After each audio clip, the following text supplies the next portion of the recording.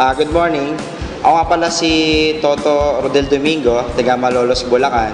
No, siguro na-invite ako dito, nakwento ko lang sa inyo, no. Nag-start ako dito, hindi ko alam yung gantong negosyo. Kasi una-una, sabi nga nila, pwede daw kumita. Kaya lang, hindi nyo po natatanong kung ano yung background ko. Ang background ko po dati, talagang sobrang hirap i-give up yung career ko. Kasi dati po akong professional. So doon po sa profession ko, siguro nagtataka kayo kung ano yung profession ko, no? Dati po kasi ako nakatambay.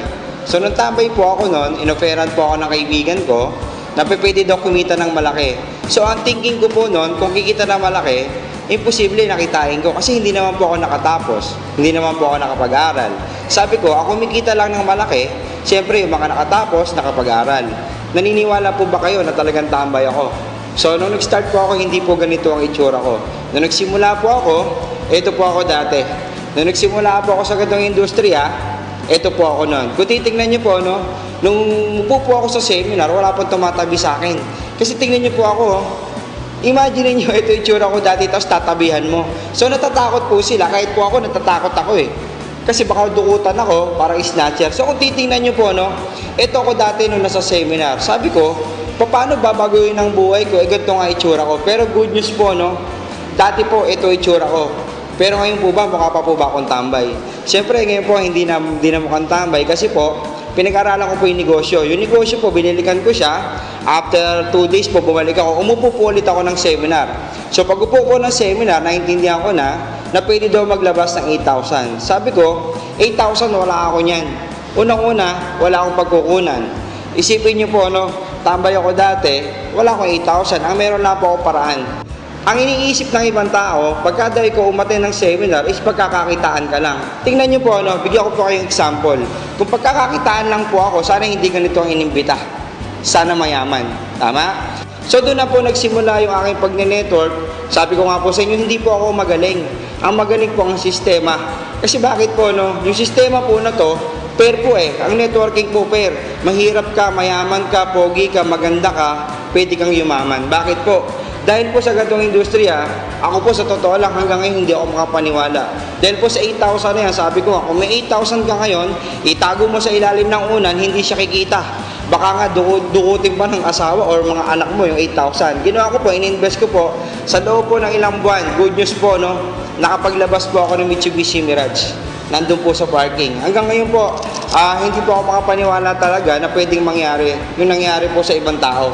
Ito pong negosyo na to, ay napakaganda po talaga. Bakit po? Kasi hindi naman pinag-uusapan kung magaling ka eh.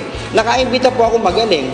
Nakaimbita ulit yung magaling. Ibig sabihin po, kumita na kumita, pwede po akong kumita. Kailangan na po makapag-desisyon ka ngayon. Sa isang bagay po, no, hindi po natin malalaman ang isang bagay kung totoo o hindi, kung di mo susubukan. Halimbawa po, swimming pool. Hindi mo naman malalaman yan kung malalim o mababaw, kung di mo lulusungin. So, ganun po sinubukan ko sarili ko. Sabi ko, kaya ko to. Sa edad ko po, 36 years old na to, sabi ko, ayoko na ng kahirapan. Sawang-sawa na po ako sa hirap. Kasi po yung hirap na yon, galing po ako sa mahirap na pamilya. Kaya hindi po ako nakapag-aral. 10 po kami magkakapatid. Ultimo pagpapagupit, di na ako nakapagpagupit. Imagine niyo po yung nangyari sa akin ngayon, ano? Ako po itong tuwa, may pamilya na po ako, may anak na po ako. Pagka po namamasyal kami, dala-dala ko yung kotse. Nakikita ko po yung anak ko sa likod, naglalaro, masaya siya. Yung asawa ko, masaya siya. Ayoko po kasi mangyari sa buhay ko ngayon yung nangyari sa pamilya ko.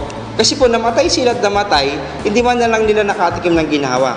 Ako po, sabi ko, hindi naman masama na pinanganak na mahirap, pero ang masama daw po pala ay yung mamatay ng mahirap.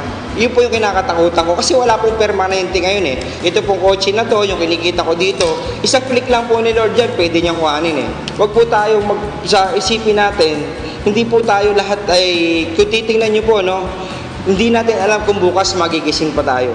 Hindi natin alam kung magigising ka pa. Ano punto ko? Lahat po tayo kukuhanin. Hindi naman ngayon, wag naman sana. Kaya lang ang punto ko po, pag nawala ako, maiiwanan ko po yung kotse sa asawa ko.